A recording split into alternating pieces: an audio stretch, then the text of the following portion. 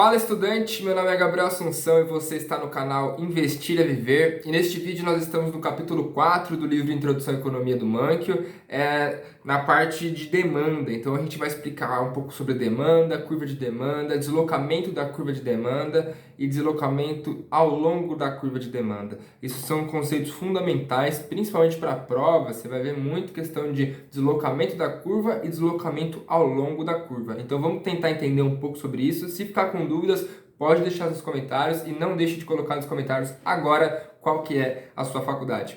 Então, esse capítulo começa com a definição de curva de demanda, que é a relação entre o preço e a quantidade demandada. Então, qual que é a definição de quantidade demandada que o Manchio nos coloca? Que é a quantidade de um bem que os compradores desejam e podem comprar. Então, que ele consegue comprar e que ele também quer, né? Porque vamos supor que o cara é extremamente rico.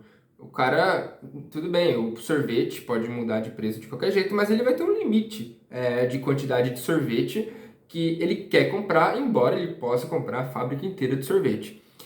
Já uma pessoa de menos renda, ela pode querer comprar a fábrica de sorvete inteira, mas não tem o dinheiro. Então ela tem que querer e poder. Então a curva de demanda, ela tem a ver com os compradores que querem e podem fazer aquela compra. E qual que é a lei de demanda que é estabelecida? É a afirmação de que, com tudo mais constante, a quantidade demandada de um bem diminui quando o preço dele aumenta e quando o preço diminui, a quantidade demandada aumenta. Então, essa questão do tudo mais constante, ela é importante, porque não é só o preço da coisa. Às vezes a pessoa, ela gostava de comer chocolate, mas ela foi no nutricionista e o nutricionista falou para ele parar de comer chocolate. Então, mesmo que o chocolate não tenha variado de preço, já não é mais tudo mais constante, porque a pessoa mudou o seu gosto, mudou o seu hábito. Então, isso é uma pequena definição de tudo mais constante. A gente vai ter que debater um pouco mais sobre isso, porque é uma dúvida muito comum dos alunos que estão estudando Introdução à Economia nessa parte. E então, com isso, a gente tem um gráfico da curva de demanda, que é um gráfico entre a relação entre o preço de um bem e a quantidade demandada. Então, vamos pensar como seria esse gráfico para depois eu mostrar na tela. Bom, se for muito caro um bem, se for extremamente caro no limite, a quantidade demandada vai ser zero. E se for muito barato um bem, a quantidade demandada sobe muito. Ou seja, o que a gente espera é que o gráfico ele tenha um formato onde perto do eixo Y ele vá para cima, quase que para o infinito, né? Se o preço for para o infinito, a quantidade tende a zero. E já no eixo X, a gente espera que o gráfico cruze o eixo X lá na ponta, lá na direita. Então a gente vai ter um gráfico inclinado, com inclinação para baixo, vindo aqui para a direita.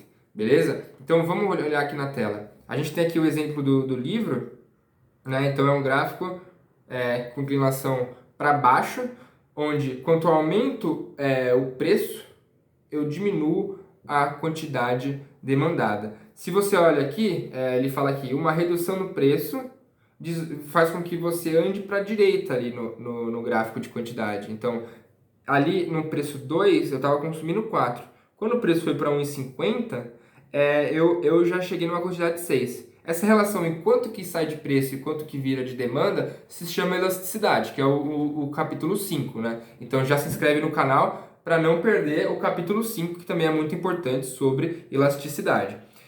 Então, no gráfico de demanda, ele é sempre para baixo, para a direita para baixo, e ele tem essa relação entre quantidade demandada e o preço daquele determinado produto. E aí o que é importante dizer também é que, tudo bem, o gráfico ele é dado para o mercado, né? O quanto que o mercado aceita comprar daquele produto para determinada quantidade. Só que isso não quer dizer que todas as pessoas pensam ou podem agir dessa maneira. O que acontece é que o gráfico da curva de demanda do mercado é a composição da curva de demanda de diversas pessoas. Então, as pessoas mais pobres, elas vão parar de consumir muito antes das pessoas mais ricas, porque ela tem uma menor disponibilidade de capital.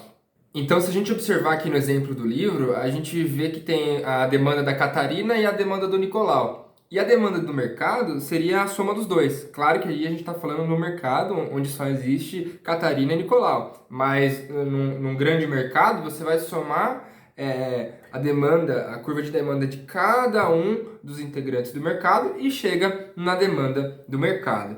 E se te pedirem na prova para fazer, né, por exemplo, vão te dar 3 gráficos lá e como que você vai fazer o próximo gráfico? Você vai pegar em determinado preço qual é a quantidade. Aí você soma as quantidades e essas quantidades elas vão estar relacionadas ao preço dado e isso vai ser a demanda do mercado. Então, por exemplo, nessa imagem a gente vê que lá num preço de 2, a Catarina consome 4 e o Nicolau consome 3. Ou seja, a um preço de 2, a demanda total de mercado é 7, porque é a soma de 4 com 3. Tá? Então é interessante saber isso conceitualmente, mas também é importante saber fazer essa continha que, apesar de básica, pode enganar muita gente na hora da prova. E com isso a gente pode começar a falar de deslocamento da curva de demanda, porque é uma coisa que não é fixa, não é, colocou lá a um determinado preço, uma quantidade, vai ter essa demanda. Não, isso vai variar com o tempo, conforme vários fatores, né? Então, a gente tem que saber de duas coisas, que tem um aumento da demanda e a diminuição da demanda. Como que isso é representado no gráfico? Se houver um aumento da demanda, o deslocamento vai ser para a direita, ou você pode falar que é para a direita e para cima, né? Mas, basicamente, o gráfico ele vai andar daqui para cá. Se houver uma diminuição da demanda, ele vai andar para a esquerda. Muita gente fala que é para a esquerda e para baixo. Então, o gráfico vai fazer assim, ele vai vir para o outro lado. Vamos olhar aqui na tela que fica mais fácil. Então aqui ele fala do preço do sorvete da casquinha e a quantidade de casquinhas e vai ter um aumento da demanda indo para a direita e uma diminuição da demanda vindo para a esquerda.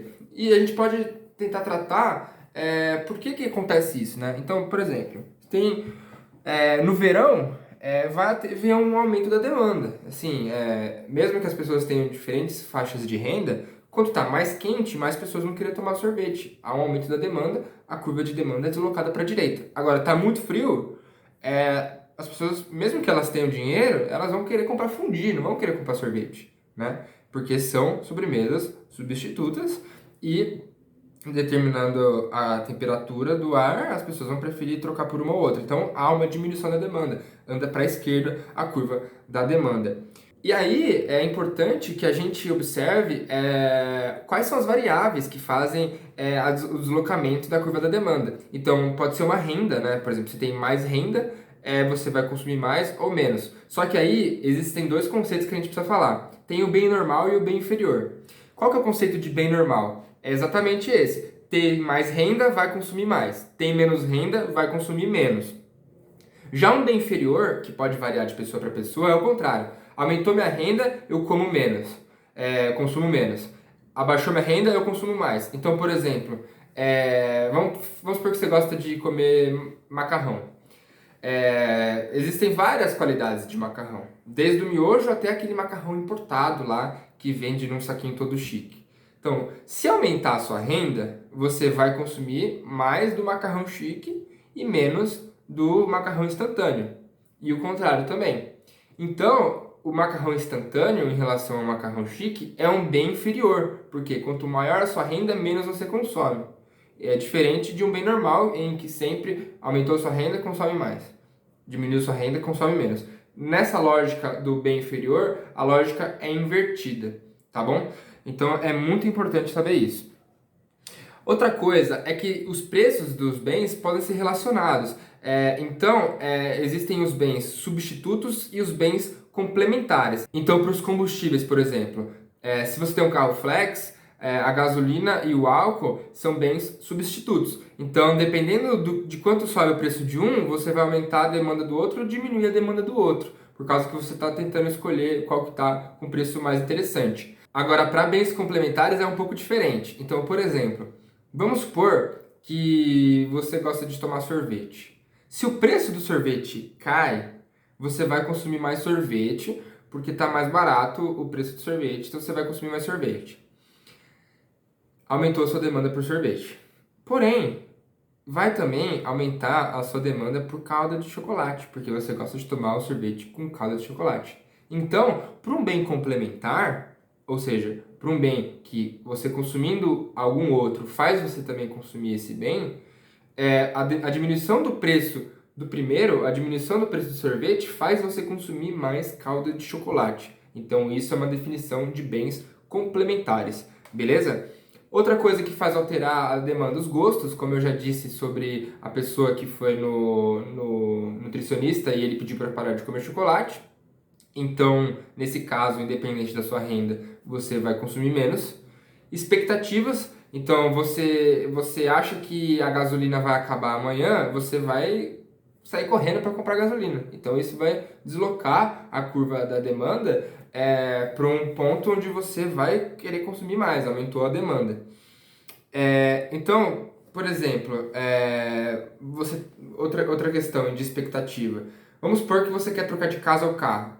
Só que, se você está preocupado que amanhã você não vai ter emprego ou que amanhã vai ter uma guerra, você não vai comprar uma casa ou trocar de carro, por exemplo. Você vai esperar, porque você tem a expectativa de que alguma coisa ruim pode acontecer, então diminui a sua demanda por casa ou carro, justamente por causa de uma questão de expectativa.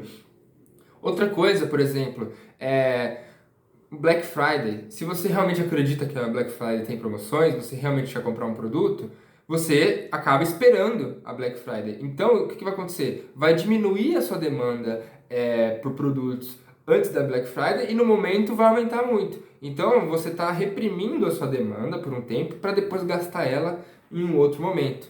Isso faz com que, ao longo do tempo, a curva da demanda ande para cá e depois ande para lá. E por fim, que ele cita é o número de compradores. Quanto mais a gente começa a se interessar naquele produto, mais a demanda vai crescer, mais a curva vai se deslocar para a direita.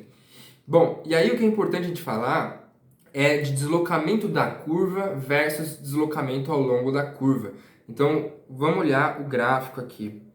Ele dá um exemplo de fumantes, né? Então, o que é um deslocamento da curva? É um deslocamento que, para o mesmo preço, a quantidade vai alterar, vai subir ou descer, né? Então, falando de cigarros, por exemplo, que é o exemplo do livro, se eu faço uma política para desencorajar o tabagismo, eu estou mexendo na curva, deslocando-a. Ou seja, o preço não mudou, mas as pessoas estão menos propensas a consumir o cigarro porque elas ficaram sabendo que o cigarro faz mal. Então, mesmo não alterando o preço, alterou a demanda.